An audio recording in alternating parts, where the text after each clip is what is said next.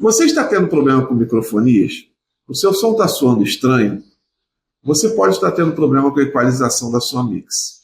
Vem comigo e eu vou lhe mostrar o que fazer para resolver esse problema.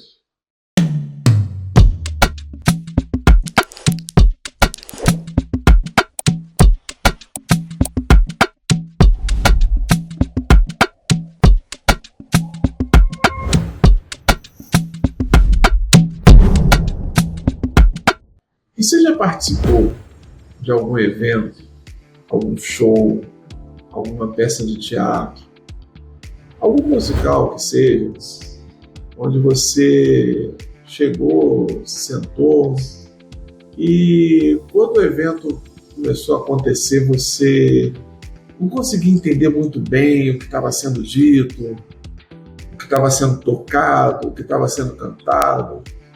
E você percebe que a programação, às vezes, é uma banda muito legal, é uma palestra muito legal, porém, você não está conseguindo compreender com a nitidez necessária as palavras que estão sendo ditas, as músicas que estão sendo tocadas. Os instrumentos parece que se acumulam, gerando um desconforto, fazendo com que aquele evento que deveria ser prazeroso de estar participando se torne um evento maçante, onde você não consegue captar bem o que está sendo dito, o que está sendo cantado. Aí você pensa assim, eu vou trocar de local, vou sentar mais perto do palco, vou ver se eu consigo ouvir melhor, entender melhor o que está acontecendo, talvez o problema seja o local que eu estou sentado. E quando você troca de lugar, você percebe que não, que o problema continua exatamente o mesmo. E, em alguns casos, pode até ser pior, sentar próximo ao palco para tentar melhorar a qualidade do áudio que você está ouvindo. Nesse caso, o problema pode não estar em você, no local que você está sentado, muito menos na qualidade da banda ou do palestrante que está executando. O problema pode ser a falta de uma equalização adequada para a programação que você está assistindo. Nesse vídeo, eu vou explicar para você por que isso ocorre e, se você for um técnico de som, o que você deve fazer para resolver esse problema. Para explicar o que é equalização, nós precisamos entender um pouco dos fundamentos do áudio. Como ele se propaga da caixa de som até chegar aos nossos ouvidos. As caixas de som têm um componente chamado alto-falante, que esses vibram muitas vezes por segundo, chegando a milhares e até milhões. Esse movimento faz com que as moléculas da atmosfera se movimentem de forma coordenada e reproduzam fielmente a movimentação do alto-falante, fazendo com que, da mesma forma que o alto-falante vibrou, os nossos tímpanos também vibrem, o que faz com que a gente entenda o que está sendo emitido a partir daquela caixa de som. Entendido como funciona a propagação do áudio, nós vamos entrar agora como ele se torna inteligível. E aí, a princípio, nós vamos dividi-lo em 3 partes. Essas frequências, que são esses pulsos na atmosfera que nós ouvimos, nós temos 3 divisões básicas que são graves, médios e agudos.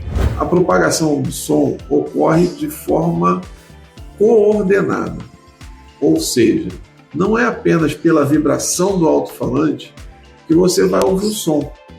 São as variações de velocidade desse equipamento que vão fazer com que você ouça as nuances do som. Sons graves, médios, agudos e todos eles juntos ao mesmo tempo, de acordo com a velocidade de vibração dos alto-falantes, das caixas de som, é que nós vamos ter essa inteligibilidade do áudio. Funciona mais ou menos da seguinte forma. Se o alto-falante se movimenta de forma mais lenta, ou seja, de 40 até 100 vezes por segundo, você vai ter percepções de som graves, pesados, grosso. Se esse movimento é de 150 até 2.000 vezes por segundo, esse som que você vai ouvir é aquele som mais médio. É típico de um carro de propaganda que passa na sua rua. A letra E tem muito desse som médio. E de igual forma, se um alto-falante se movimenta de 2.000 vezes até 22.000 vezes por segundo, é aquele som agudo, que é onde entra o som parecido com a letra S, o X. Essas são as variações que temos de grave, médio e agudo, de acordo com a velocidade que o alto-falante está executando.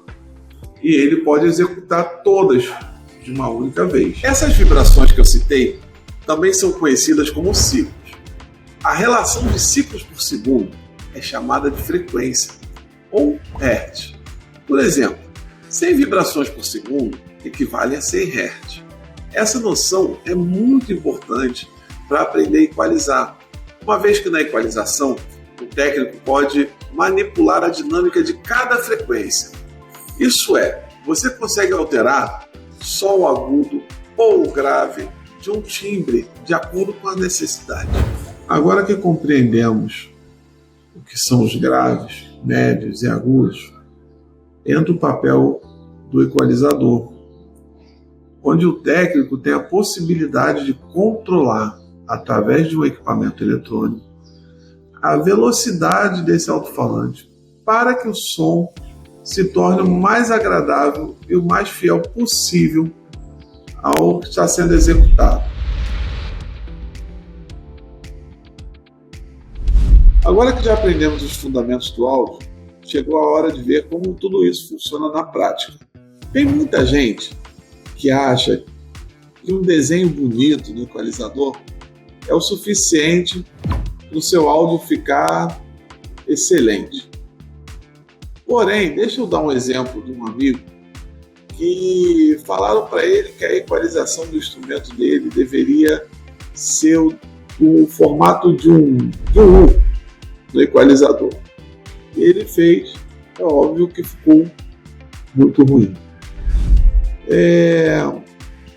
Para que a equalização seja eficaz, é necessário um mínimo de conhecimento sobre o timbre de cada instrumento, de cada voz que se pretende ajustar.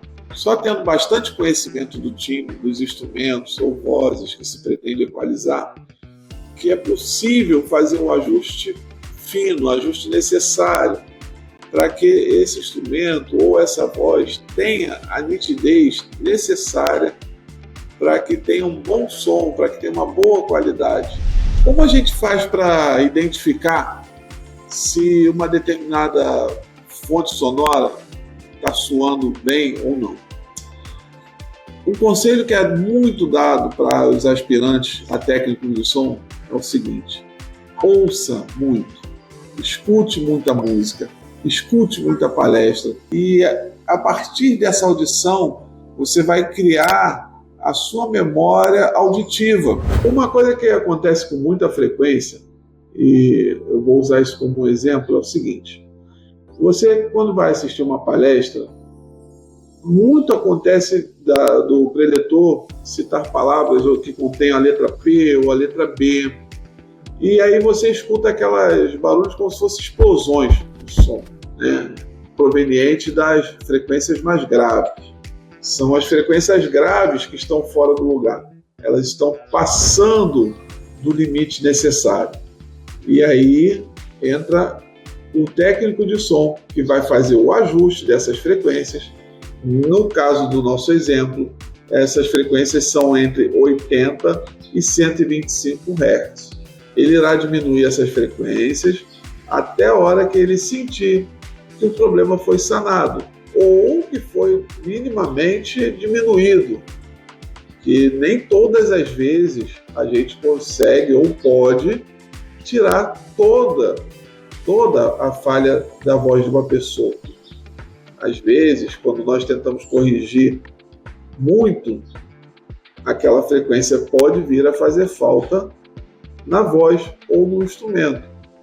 Então, a equalização ela deve ser feita com muita cautela e com muito equilíbrio. Não pode ser muito e também não deve ser pouco. Veja, por exemplo, as palavras que contêm a letra E. Essas palavras, às vezes, no nosso exemplo de uma palestra, às vezes você escuta o som muito anasalado. Você, como técnico de som, você vai recorrer às frequências médias do equalizador. Nesse caso do exemplo, da letra E, você vai procurá-las entre as frequências de 800 Hz até 1500, 2000 Hz e vai fazer os ajustes necessários. Normalmente, nós procuramos tirar frequências, tirar volume das frequências e não acrescentar. Diante de um cenário onde nós temos um evento, onde temos uma banda completa, ou seja, instrumentos, vozes, a equalização deve ser feita sempre pensando num todo.